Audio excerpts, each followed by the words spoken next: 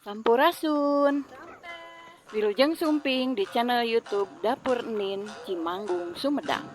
Bacalah, mari kita membaca ayat-ayat kauniyah yang ada di alam semesta ini.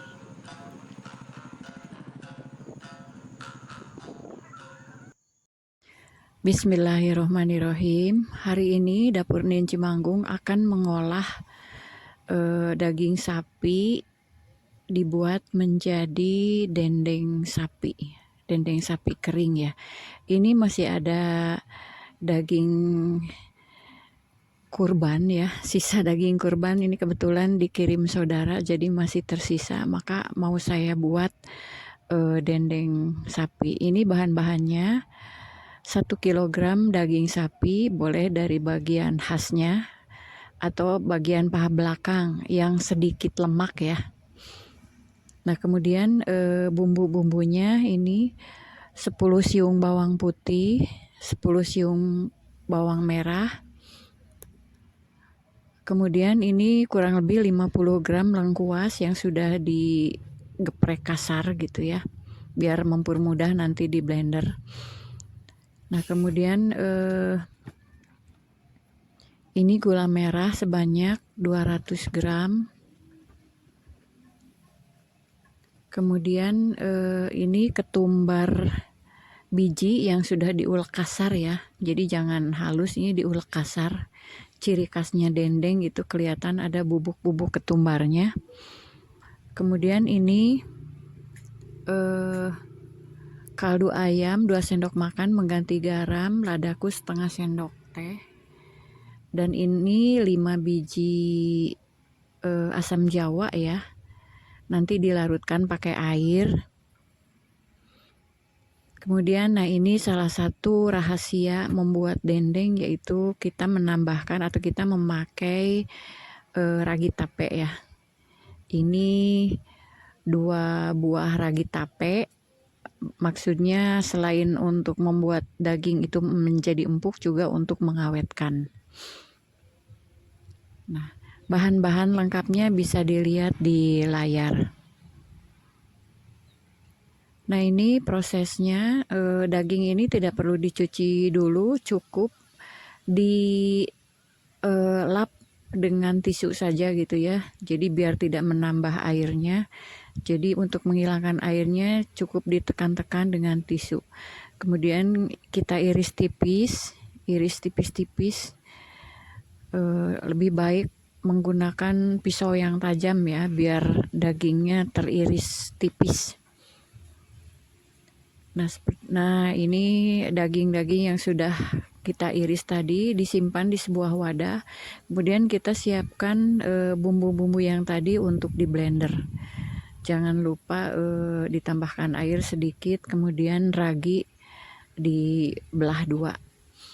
Nah seperti kita tahu bahwa daging sapi ini merupakan salah satu sumber protein hewani ya. Nah ini bumbu yang sudah kita siapkan, mulai kita masukkan ke dalam irisan daging. Pertama tadi kaldu ayam dan lada bubuk, kemudian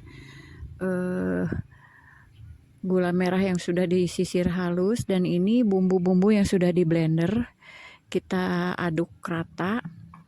Kemudian asam jawa kita haluskan ya, larutkan dengan air, diaduk, dan terakhir ini ketumbar yang diulek kasar, dan kita aduk-aduk sampai merata, sampai tercampur. Boleh diicip dulu ya, kurang lebih bumbunya sudah pas atau tidak. Ini sudah pas ya, gula asamnya kerasa dan sudah tercium aroma bumbunya ya. Nah ini kemudian didiamkan selama 6 jam sampai 12 jam. Nah ini daging yang sudah didiamkan selama 12 jam ya tadi. Kemudian kita saring, diambil airnya ya, karena ini jadi banyak air gitu. Udah kita saring dulu.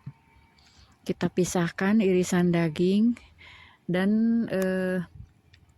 nanti ini cairan yang tersisa atau larutan yang didapat dari irisan ini kita godok ya.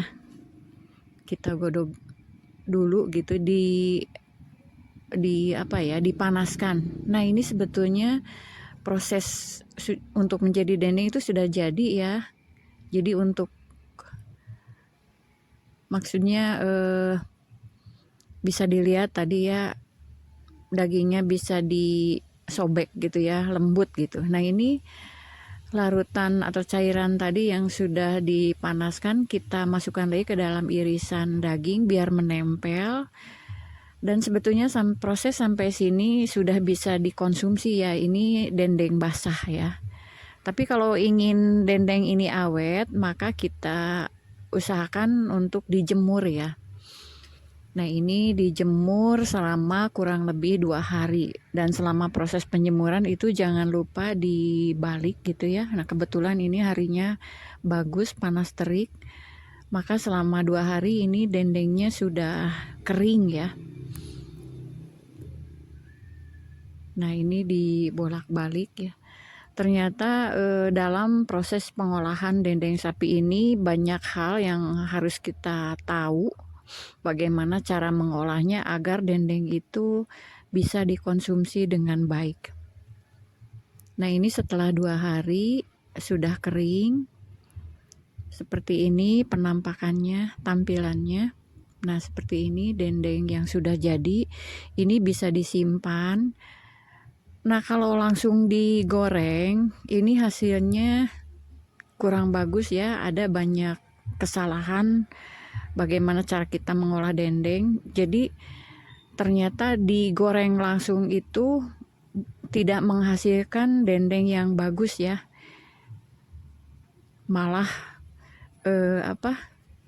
nah, sebetulnya penampilannya bagus tetapi ini tidak bagus ya. Maksudnya kurang, malah jadi keras gitu. Itu sifat dari gula. Maka untuk mendapatkan dendeng sapi yang baik, yang empuk, itu sebaiknya direndam dulu dengan air panas sebelum digoreng selama 10 menit.